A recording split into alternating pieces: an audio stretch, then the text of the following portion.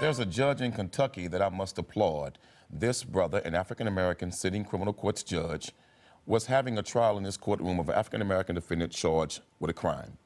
And the jury pool, after being paneled and chosen, and the jury was set in the box on 2 separate occasions for the same case, the juries were all white.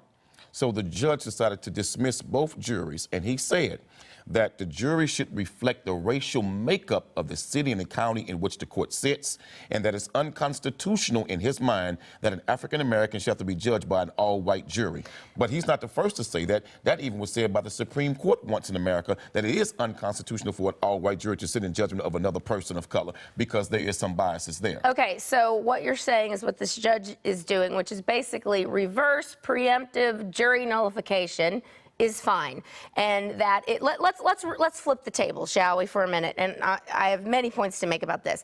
If we had a white judge with a white defendant and an all-black jury, can you imagine what would happen? The uproar from the Black Lives Matter movement and all the rest of them, if this had been a reverse situation. I mean, it's not right regardless. Justice should be blind. And hang on a minute. Jury pools are made up of registered voters.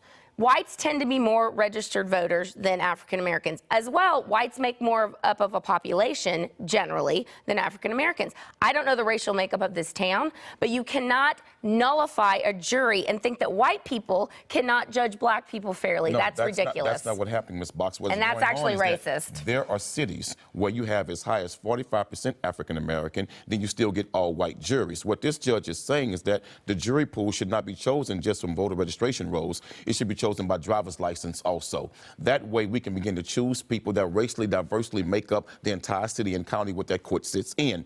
It is only fair and right, because what you said about a white guy being judged by an all-black jury, that has never happened in America. So we can get away from that. Okay, that's a fallacy. But hang on a minute. But the point is still valid. You cannot say that a group of white people do not have the wherewithal to judge a black person fairly.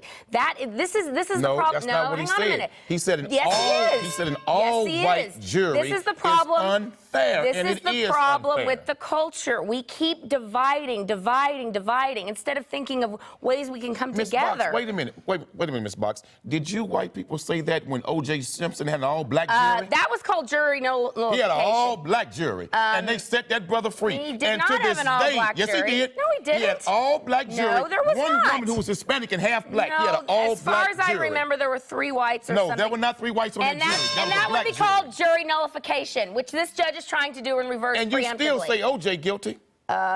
Kinda is. He cut off his wife's head, practically. He was found not guilty by a court. And he's rotting in prison now, thank God. Not for what he did, because of who he is.